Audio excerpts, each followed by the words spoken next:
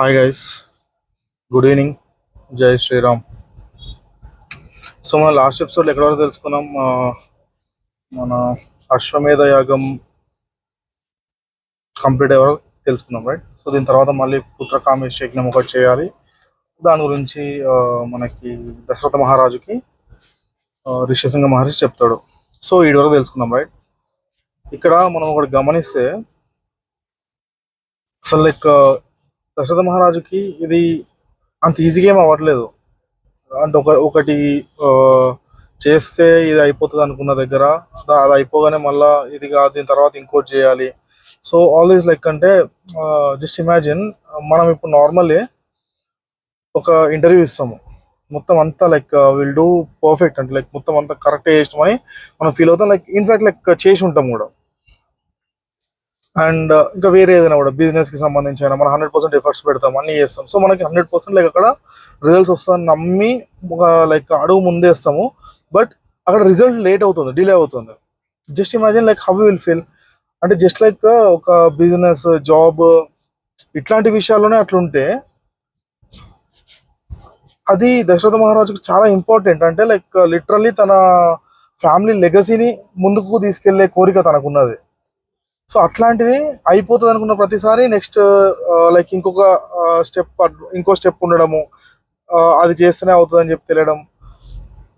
Just imagine ఎట్లుంటుంది అది కదా. సో బట్ ఆ థింగ్ ఏంటంటే లైఫ్లో ఏదైనా కూడా అంత ఈజీగా రాదు. That is what I feel.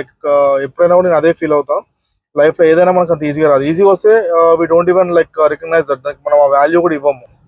Basically మనం అట్లా ట్రై చేస్తున్నప్పుడు ప్రిపరేషన్ వాట్ ఎవర్ అంతా ప్రిపేర్ అయి చేయడం, ఇవన్నీ కూడా అవి ఏంటంటే మనల్ని ప్రిపేర్ అంటే మన రిజల్ట్స్ వచ్చాక దాన్ని మనం తీసుకోవడానికి ప్రిపేర్ చేస్తున్నాం అనమాట. అంటే దాన్ని ఈజీగా తీసుకోకుండా దానికి మనం ఇప్పుడు నార్మల్ ఏదైనా సింపుల్ ఒక ఎగ్జాంపుల్ చెప్తా. ఇప్పుడు మనం ఏం చేయం, ఖాళీగా ఉంటాం. నెలకి ఒక 15 lakhs 20 lakhs అట్లా కూర్చొని సంపాదిస్తాం. ఏం కష్టపడకుండా, అంటే ఫస్ట్ నుండి కూడా ఏం చిన్న కష్టం కూడా లేకుండా నువ్వు you're getting that amount. So do you have value for that? మనకు ఆ వాల్యూ ఉండదు కదా.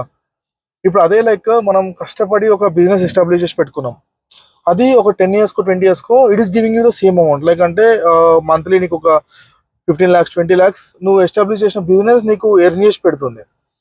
సో అక్కడ నీకు దాని మీద వాల్యూ ఉంటుంది. నువ్వు దానిలో ఆ డబ్బులు నువ్వు ఏం చేయాలన్నా కూడా ఆలోచించి చేస్తావు, రైట్?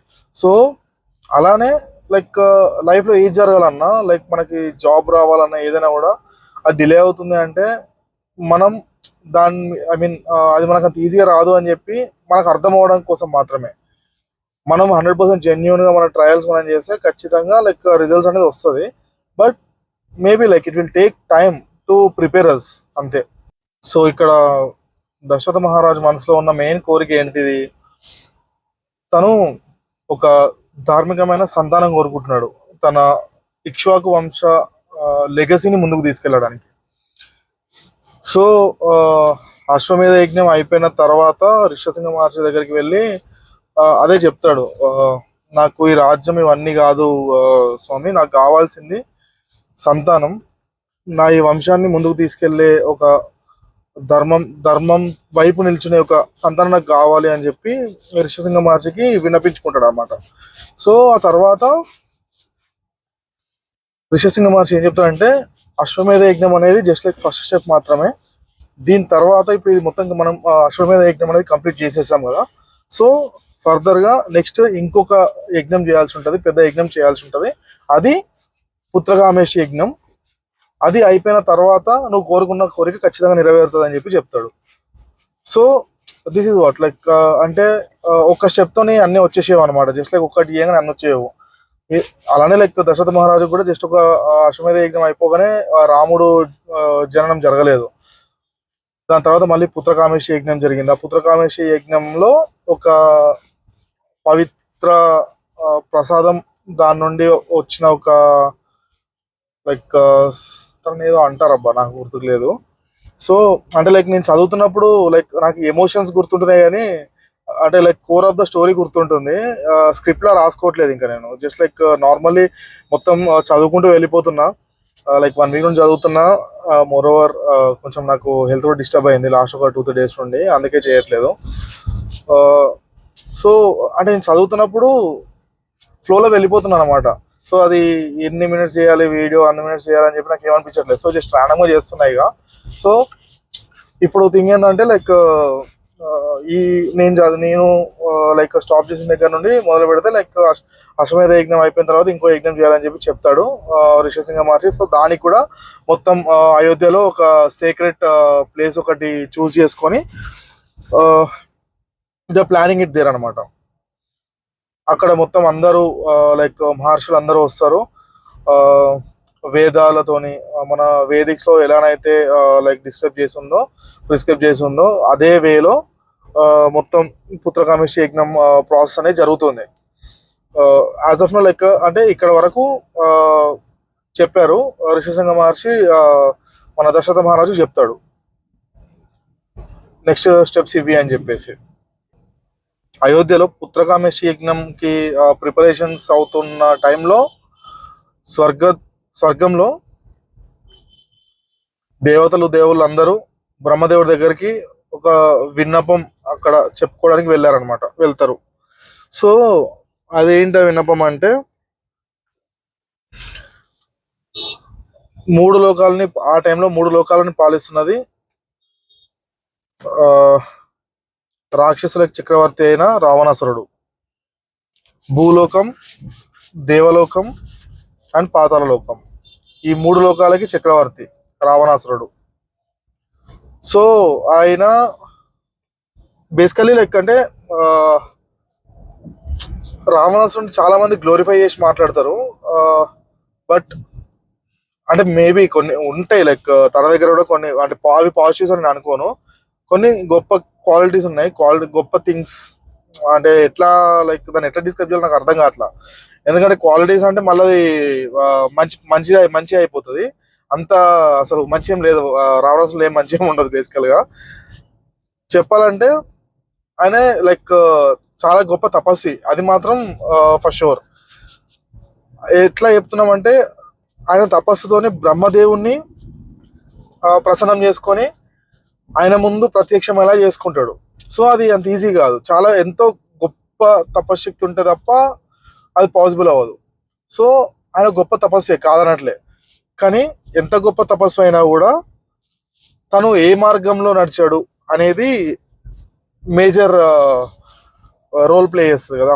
అంటే లైక్ ఇప్పుడు ఒక మనిషి మంచోడా చెడ్డోడా అని చెప్పడానికి వాడు ఏం పనులు చేశాడు అంటే లైక్ ఒక నలుగురికి ఏమైనా హెల్ప్ చేశాడు, సరే హెల్ప్ చేయడం కూడా పక్కన పెట్టు, ఎవరిని ఏమి ఇబ్బంది పెట్టకుండా వాడు లైఫ్ వాడు బతున్నాడు అంటే వాడు మంచివాడు బేసికల్లీ.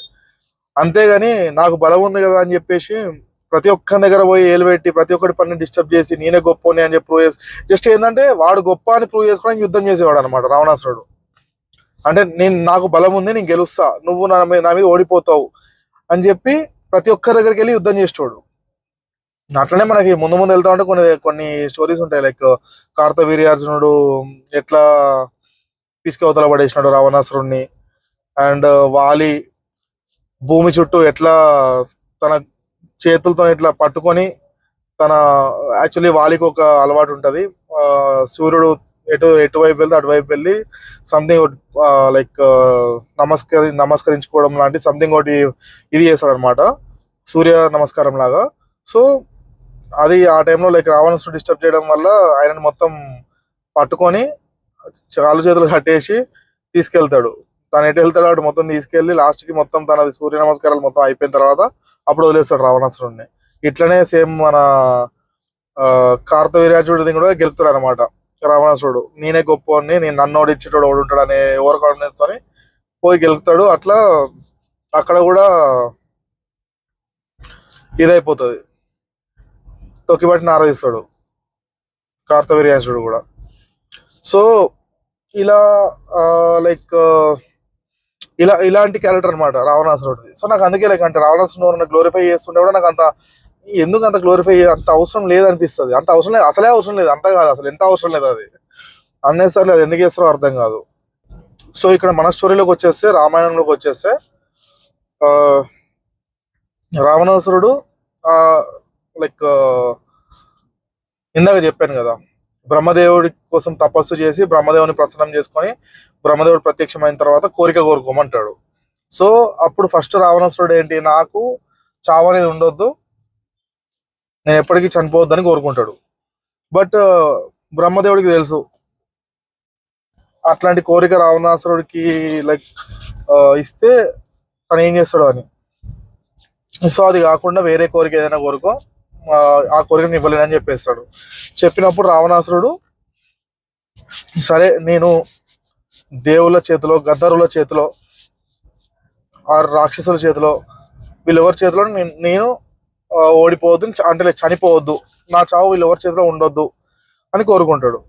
బ్రహ్మదేవుడు కూడా తదాస్తు అంటాడు, ఇచ్చేస్తాడు వరం. ఇక్కడ రావణాసుడు లైట్ తీసుకుంది, ఓవర్ కాన్ఫిడెన్స్ నన్ను వీళ్ళు ఏం చేస్తారులే అని వదిలేసింది వానరులని, మనుషులని. వీళ్ళని ఏం చేయలేరు అనే ఓవర్ కాన్ఫిడెన్స్ అనమాట. సో రావణాసుడు ఇలా కోరుకుంటాడు. ఇక ఇప్పుడు బ్రహ్మదేవుడికి వాళ్ళందరూ వచ్చి అట్లా విన్నపించుకున్న తర్వాత బ్రహ్మదేవుడికి అది గుర్తొస్తుంది. రావణాసురుడు వీళ్ళెవరి చేతిలో చావు ఉండకూడదు అని కోరుకున్నాడు, కానీ మనుషుల్ని వదిలేశాడు. అది ఓపెన్ చెప్పాలంటే మన బలుపు, అది మనుషులు ఏం చేస్తారులే అని చెప్పి. సో అట్లా అండర్ ఎస్టిమేట్ చేశాడు అనమాట, ఓవర్ కాన్ఫిడెన్స్ ఎక్కువ. దానివల్ల సంకనాకిపోయాడు లాస్ట్కి. అదంతా పక్కన పెట్టేస్తే ఇప్పుడు మన లైక్ స్టోరీ లైన్లో వెళ్తే ఇక్కడ ఇది చెప్తాడు లైక్, అంటే మనుషుల్ని వదిలేశాడు. సో రావణాసుడి చావు అనేది మనుషుల చేతిలోనే ఉండబోతుంది అని చెప్పేస్తాడు. ఆ టైంలో అక్కడికి ఒక దివ్య తేజస్సు అట్లా లైక్, అంటే ఒక లైట్ లాగా ఒక బ్రైటెస్ట్ లైట్ ఒకటి ఫామ్ అవుతుంది అక్కడ. అటు చూస్తే that's like none other than మన శ్రీ మహావిష్ణువు. వాళ్ళందరూ చూసి విష్ణుదేవుని కోరుకుంటారు, స్వామి మీరే ఎలాగైనా మనిషి రూపం ఎత్తి రావణాసురుణ్ణి సంహరించాలి, లేకపోతే ఈ ప్రపంచం ధర్మ మార్గం తప్పుతుంది అని చెప్పి వాళ్ళకి విష్ణుదేవునికి వినిపించుకుంటారు అనమాట. సో విష్ణుదేవుడు వెంటనే విని, మీరేం బాధపడకండి, మీరు బాధపడాల్సిన అవసరం లేదు, నేను మనిషి రూపం ఎత్తుతాను, రావణాసురుని సంహరిస్తాను, మళ్ళీ ప్రపంచం మొత్తం ధర్మ మార్గం వైపు వెళ్తుంది, దీనిలో ఎట్లాంటి సందేహం లేదు, నేను దానిలో తీసుకొస్తా అని చెప్పి మాటిస్తాడు. అలాగే దేవుళ్ళందరి దగ్గర నుండి కూడా ఒక మాట తీసుకుంటాడు, మీ అందరూ కూడా నేను మనిషి రూపం ఎత్తినట్టే మీ అందరూ వానర రూపం ఎత్తి జన్మించాలి, నేను ఈ ఏదైతే లైక్ ధర్మం కోసం చేసే ఈ యుద్ధం ఉంటుందో ఆ యుద్ధానికి మీ అందరి సహకారం నాకు అవసరం ఉంటుంది. సో దానికోసం అని చెప్పేసి మీ అందరూ వానర అవతారం ఎత్తి జన్మించాలి అని చెప్తే వాళ్ళందరూ కూడా వెంటనే ఒప్పుకుంటారు.